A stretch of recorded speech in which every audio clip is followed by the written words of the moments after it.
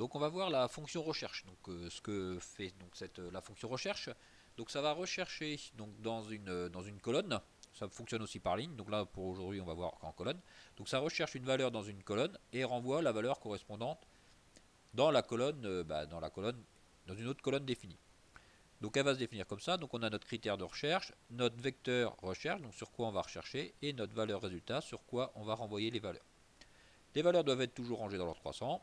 Si la valeur n'est pas dans la colonne, alors la valeur va vous renvoyer quand même un résultat, donc le résultat juste au-dessus, ou un message d'erreur. Si la valeur est juste au-dessus, donc inférieure à la première valeur de la colonne. Bien, je pense que c'est clair. Donc si on essaie de faire petit, un petit exemple. Donc par exemple ici, donc vous avez des produits. Vous voyez, j'ai mes produits, je les ai bien rangés dans l'ordre croissant. Les valeurs doivent être rangées dans l'ordre croissant. Les valeurs doivent être rangées dans l'ordre croissant. Là, j'ai mes articles et là, j'ai le prix à l'unité. Et avec la fonction recherche, on va essayer de faire une facture. Donc c'est ce que j'ai dû vous écrire sur la suite. Donc là, vous allez prendre le fichier recherche qui se trouve sur le NT et on va donc répondre aux différentes questions. Alors, première question. Alors, pour que ce soit plus simple, je vous ai demandé de commencer par nommer toutes les plages de cellules. Donc, vous voyez, moi j'ai bien nommé. Donc, article, c'est la B2, B17.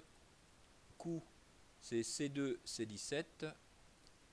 Et produit, c'est A2, A17. Donc, vous commencez par nommer ces colonnes. Donc, ça, vous savez faire.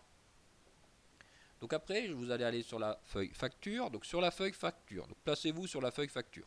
Là, ça ne doit pas être très compliqué. En B7.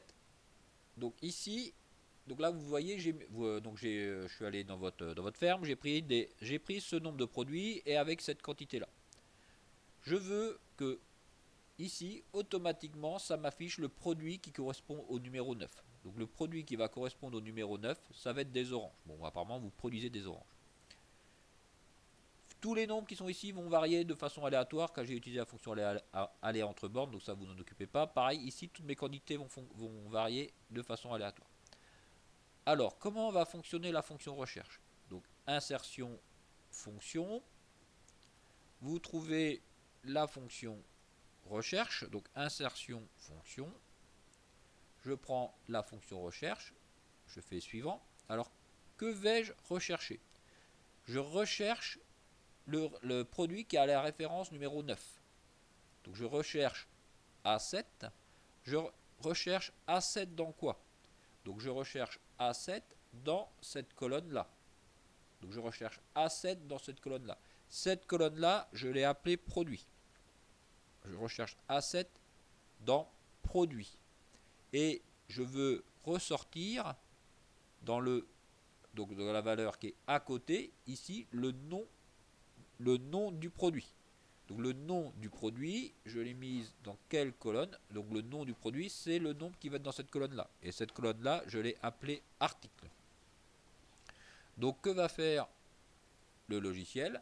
Il va aller chercher, donc moi c'était 9, donc 9, et il va me ressortir, donc là c'était, donc là normalement c'est, j'en ai dit que ça s'appelait article,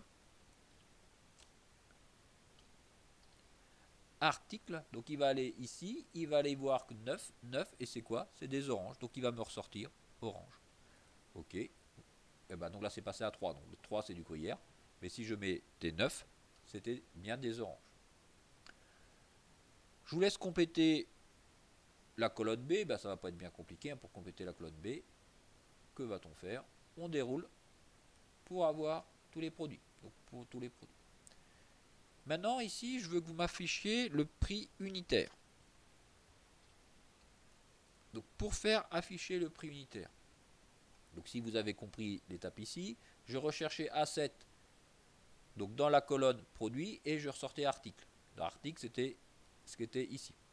Donc là ça va être pareil, je vais rechercher A7 dans ma colonne produit, mais au lieu de sortir l'article, je vais ressortir le prix unitaire. Donc ici, qu'est-ce que je vais faire? Insertion, fonction, je trouve la fonction recherche, donc insertion, fonction, recherche, recherche, suivant. Qu'est-ce que je recherche? Ben, je recherche toujours A7. A7, je le recherche dans la colonne ici. Donc cette colonne-là, je l'ai appelée produit.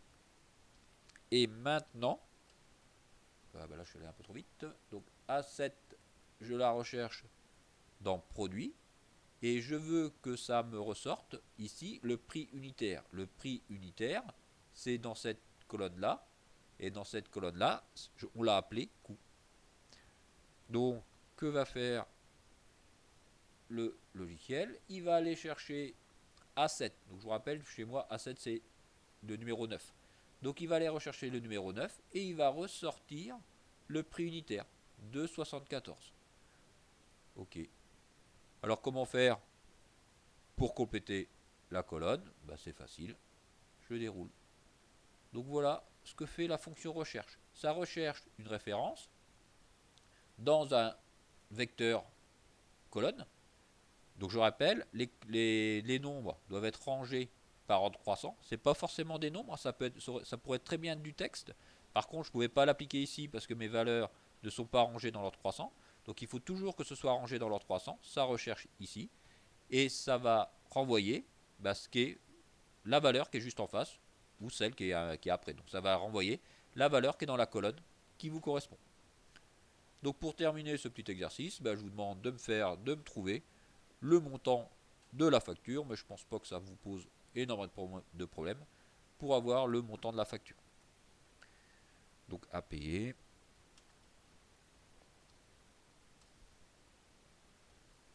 Donc j'en ai pris 3 kg d'orange à 2,74.